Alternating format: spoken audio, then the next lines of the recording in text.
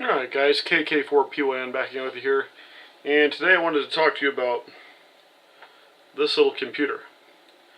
This is a $9 computer. It's called the C.H.I.P. It's by a company called Next Thing Co. NTC. And it's basically an all-winner R8 on a board. And it's got USB, that's audio output. I believe actually that's AV output, so you can get video out of that as well.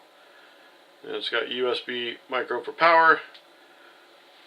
On this end it's got a JST header for a LiPo battery, and it's got a built-in charge circuit, which is kind of handy. And then it's got some GPIO here. This was a Kickstarter type thing. They were $9. I got two of them. It took me a couple months to get each one.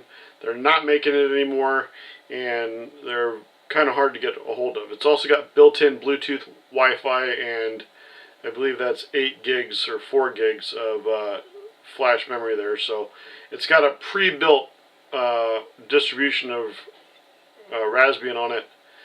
I think it's a spin-off of Armbian, but it works okay. So anyway, they had some issues at the company, I guess, and they were going through an update. Well, you can't buy this anymore. If you go to their website, it basically says, sorry, they got other products, but there's issues. So it's kind of slow. It's a little bit faster than a Pi Zero, but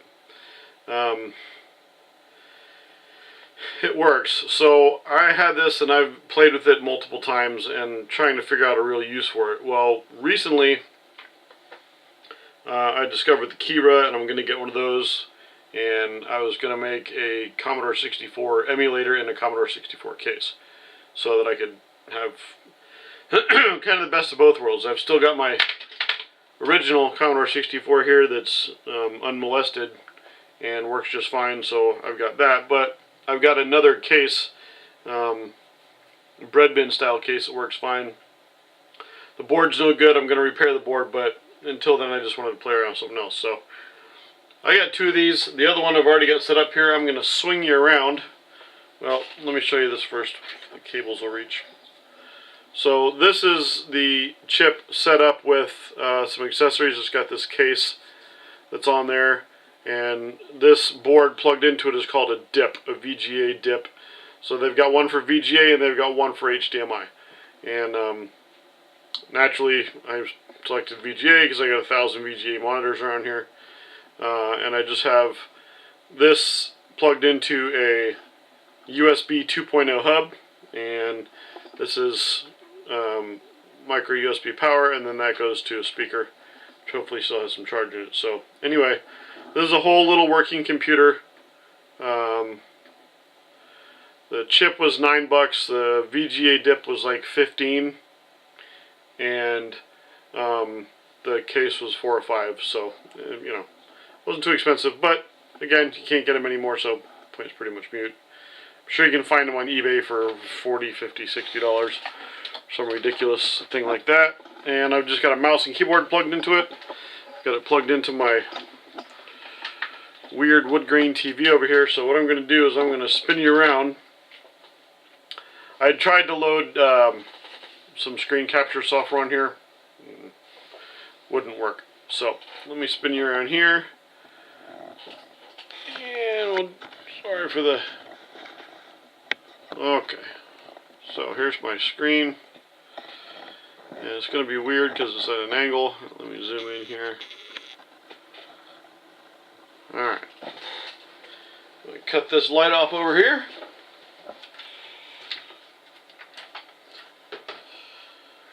Another fine example of horrible videography. Alright. So, I'll power this thing up. Blinking. Come on, you can do it. It wants to start up. Of course, it's going to be an issue when I try and record it. There it goes. Alright, please wait. Hopefully that's in focus. only got 10 minutes of... Nope, that's not in focus. There we go. Only got 10 minutes of video left on this camera, so... Basically going to make this quick. So what I decided to do is you can do all sorts of stuff with this. It's got web browser and programming and some built-in games and stuff like that. This is a little Raspbian thing, like I said, built-in Bluetooth Wi-Fi. So what I did was I installed V.I.C.E on it. The Commodore 64 emulator. And it works fine. This little computer has enough power to run it and run all the games. The graphics are no problem. And I did mess around with the video settings. You can get this full screen. You can do the CRT emulation, etc., but it works fine. I want to get the sound out of V.I.C.E working through Bluetooth, which I have not been able to yet, and hook up a PS3 controller through Bluetooth, which I haven't been able to do. So right now I'm just using a PS3 clone. This is the Rock Candy PS3. Plugged into the USB hub, it works okay. Ideally, once I get the Kira in there, that'll work with the as the USB hub, so I won't need any of that stuff. So you can do, you know, Commodore 64 things. Type of program. My keyboard has a sticky key here.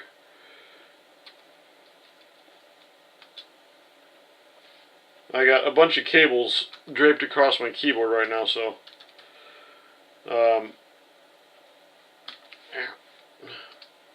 20. Go to 10. Run. Yeah. It didn't like that. Oh.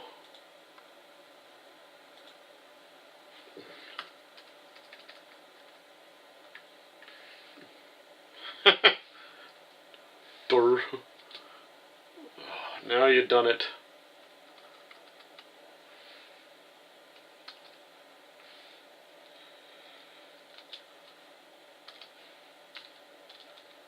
Well, let's try that.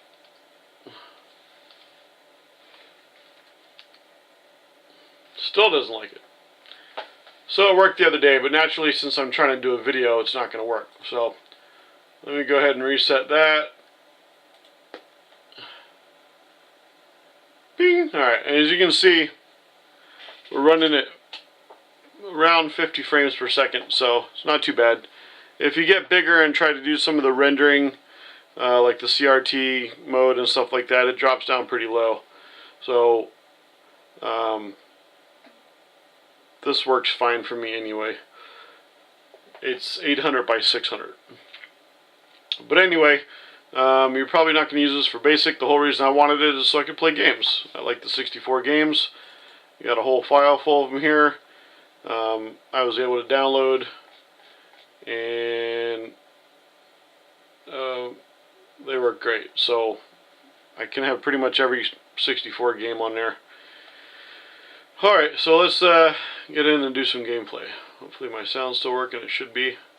So we're just going to go to attach cartridge image. Now I can do an Alt-C on that, but just to show you the memory here. And you're going to do all sorts of different cartridge images, but I want to keep this video short. So here we go. Let's do a little Defender.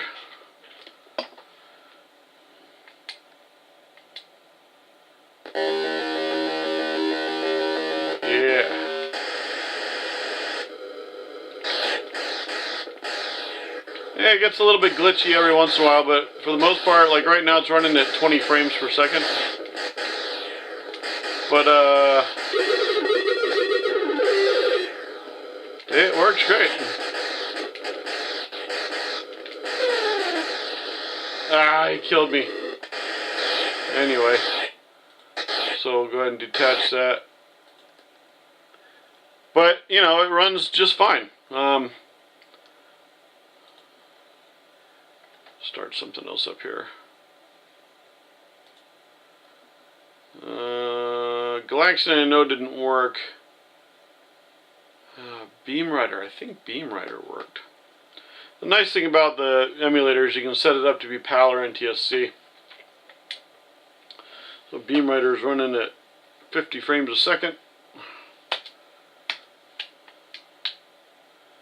Players 1 through 4. Come on. I had it working the other day. Difficulty 1. There we go.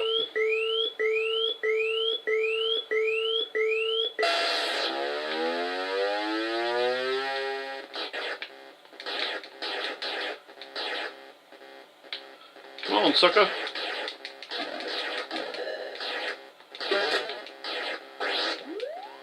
So, Beamwriter is running at about 30 frames per second. As you can see, it's working just fine. I am using the analog joystick there on the one here for back and forth, and there's a little bit of delay, but it's pretty responsive. So I'm trying to play in the camera's viewfinder right now. So anyway, but yeah, it works good. This may be what I shove inside the case to do my C64 emulation. Reason being is I was going to use a Pi 3, but I've only got one. I've got a Pi 2 Model B that I could use. I haven't tried running RetroPie in it, but I know that this works better, plus built-in Bluetooth and Wi-Fi, etc., etc., which the chip has that as well.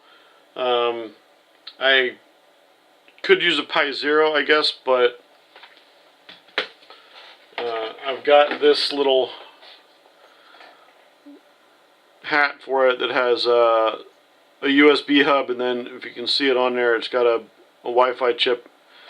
So that would work, you know, because 3 is all you need. And keyboard, you know, the keyboard plugs into. Really, you only need 1, but this way you can plug in a flash drive or whatever.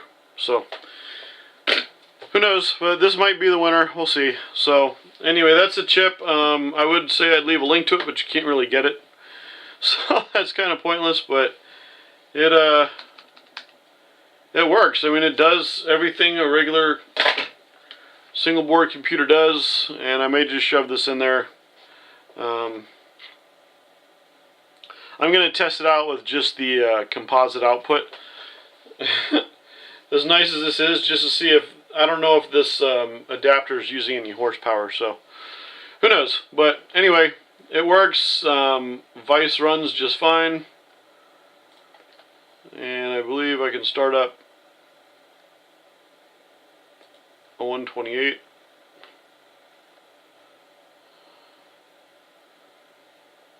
Takes a lot of time for anything to happen. It's like the R8 is not a fast processor, and it doesn't have much RAM, but anyway, that's all there is to it. So I hope you guys enjoyed this. Go ahead and like and subscribe if you did. I know YouTube's got their new deal out.